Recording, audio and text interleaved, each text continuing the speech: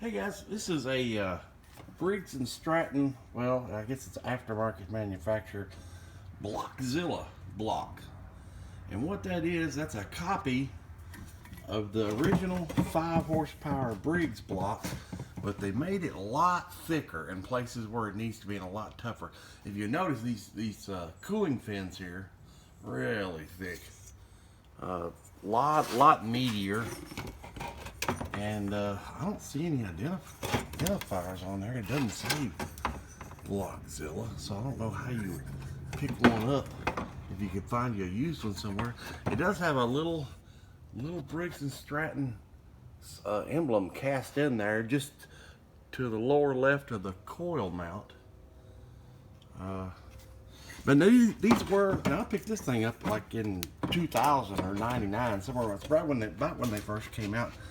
This one is they're a double bearing block, so it'll have one bearing on the block flywheel side of the crankshaft, and then of course your other bearing is over here on the side plate, which is not bolted on here. Of course, this is just disassembled block.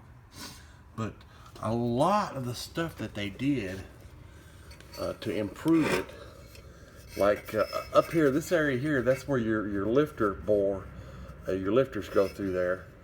And that is very thick on a standard Briggs block, like comes out of a 130202.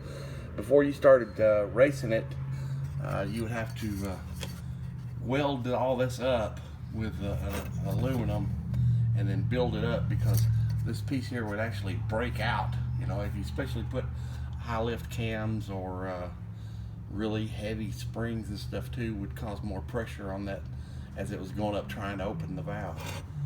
But yeah, these things are really cool. If you're going to build a Flathead, which most, you know, these are a dying breed. Well, this one's still got the go-kart engine mounting bracket on there where I just pulled it off. But well, you know, last time I used it. But these things, you can actually, now 5 horsepower regular standard Briggs head will not fit on these. They're already spaced wider apart.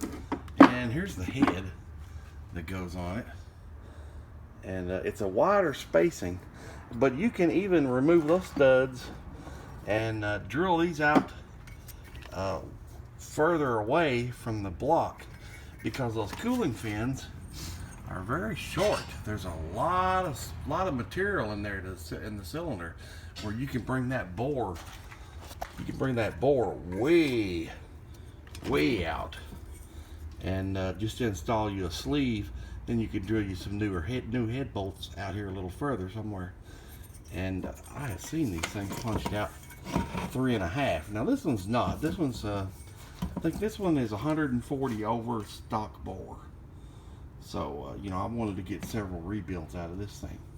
But the way this thing is manufactured, your intake port and your exhaust port on a standard Briggs, this plane is flat.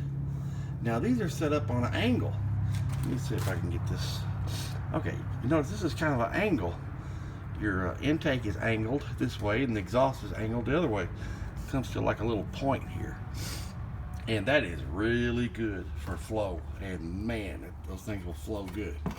The original blocks, they came no valve seats installed. You had to do all the machine work. No, I don't think mine even had a sleeve in it.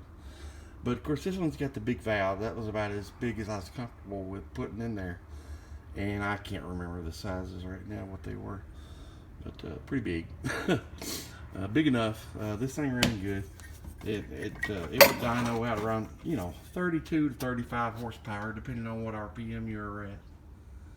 But yeah, the head is a completely different head design. And this one's, you know, it's got a different little combustion chamber.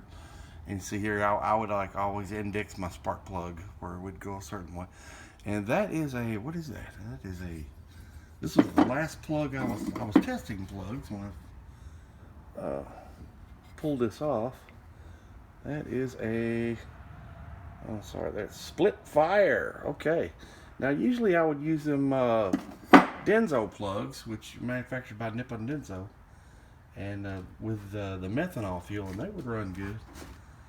But yeah, a lot of thickness in these blocks around the cylinder sleeve, and it allowed you a lot of room to bring that bore way out. And you know, I've seen 3.5s, and I know some guys were saying they could take theirs out further, and you know, the junior dragster guys. But okay, that's all I got for today. I just wanted to show you what a 5 horsepower Briggs Blockzilla looks like. And if you're ever out somewhere and you see somebody that used to race karts or whatever, or junior dragsters especially, if you see one of these, they've got one of these for sale and it's cheap, you better pick it up, because right now these are made out of unobtainium.